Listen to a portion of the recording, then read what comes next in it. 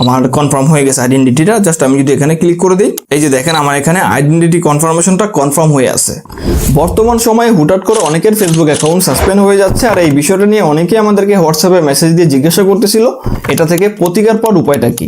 তো তারই প্রেক্ষিতে আজকের ভিডিওতে আপনাদেরকে দেখাবো কিভাবে ফেসবুক অ্যাকাউন্ট রানিং ভেরিফাই অথবা কনফার্ম ইউর আইডেন্টিটি ভেরিফাই করতে হয়। মূলত Facebook account confirm your identity verify করলে সাসপেন্ড হওয়ার ঝুঁকি কমে যায়। মূল ভিডিওতে যাওয়ার আগে বলবো অবশ্যই ভিডিওটা আপনার ফেসবুকের টাইমলাইনে শেয়ার করে দিবেন, যাতে আপনার ফ্রেন্ড লিস্টে থাকা বন্ধুরাও এটা দেখে উপকৃত হয়।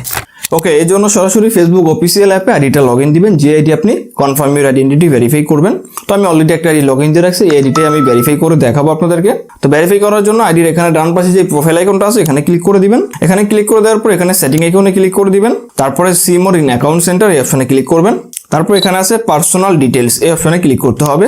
এই কাজটা আপনি ব্রাউজার ফেসবুক অ্যাপ দুই জায়গাতেই করতে পারবেন। আমি জাস্ট ফেসবুক অ্যাপ দিয়ে দেখাচ্ছি, আপনি ব্রাউজারও করতে পারবেন। তো দেন এখানে এরকম একটা অপশন চলে আসবে আইডেন্টিটি কনফার্মেশন, এখানে ক্লিক করে দিবেন। ওকে, এখানে ক্লিক করে দেওয়ার পর এখানে কনফার্ম ইউর আইডেন্টিটি অপশনে ক্লিক করবেন। তারপর এখানে দেখবেন প্রোটেক্ট ইউর অ্যাকাউন্ট এই অপশনে ক্লিক করে দিবেন। অপশনে ক্লিক করে দেওয়ার পরে পাসওয়ার্ড চাইলে পাসওয়ার্ডটা দিয়ে দিবেন।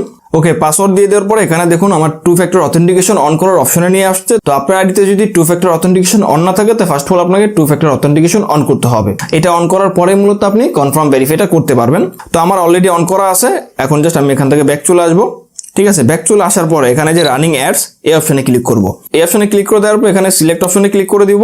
ওকে, সিলেক্ট অপশনে ক্লিক করে দেওয়ার পর আমি যেহেতু বাংলাদেশ, সেই ক্ষেত্রে বাংলাদেশ সিলেক্ট করবো। আপনি যদি ইন্ডিয়ান বা অন্য কোনো কান্ট্রির হয়ে থাকেন সেই কান্ট্রিটা সিলেক্ট করবেন। তো সেটা সিলেক্ট করে দেওয়ার পরে এখন জাস্ট আপনাকে নেক্সটে ক্লিক করতে হবে। তার আগে আরেকটা জিনিস বলি, এখানে এই যে দেখেন সিকিউর ইউর অ্যাকাউন্ট, যদি আপনার এতে 2 ফ্যাক্টর অথেন্টিকেশন অন না থাকে তাহলে কিন্তু এখানে ফার্স্ট অফ অল আপনাকে অবশ্যই 2 ফ্যাক্টর অন করতে হবে, আদারওয়াইজ আপনি রানিং ভেরিফাই বা আইডেন্টিটি ভেরিফাই করতে পারবেন না। তো আমার যেহেতু 2 ফ্যাক্টর অন করাই আছে, এখন জাস্ট আমি নেক্সটে ক্লিক করে দিব। তারপর এখানে ইয়েস কন্টিনিউতে ক্লিক করে দিব। তো এখানে ক্লিক করে দেওয়ার পরেও দেখেন নিচে এই যে 2 ফ্যাক্টর অথেন্টিকেশনটা কমপ্লিট সেটা দেখাচ্ছে। এখন জাস্ট উপরে যে পার্সোনাল আইডি এই অপশনে ক্লিক করে দিব।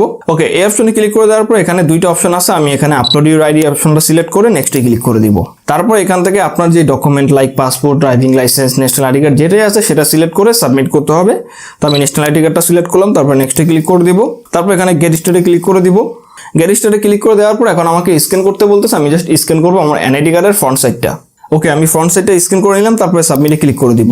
তো সাবমিটে ক্লিক করে দেওয়ার পর এটা এখন রিভিউতে চলে গেছে। তো রিভিউতে চলে যাওয়ার পর এখানে দেখুন পার্সোনাল আইডি অপশন দেখাচ্ছে এবং your ID is being reviewed, মানে এটা রিভিউতে আছে। তো যখনই রেজাল্টটা আসবে, মানে ভেরিফাই হোক বা না হোক, যেই রেজাল্টই আসুক আমি বাকি অংশে সেইটুকু দেখাবো।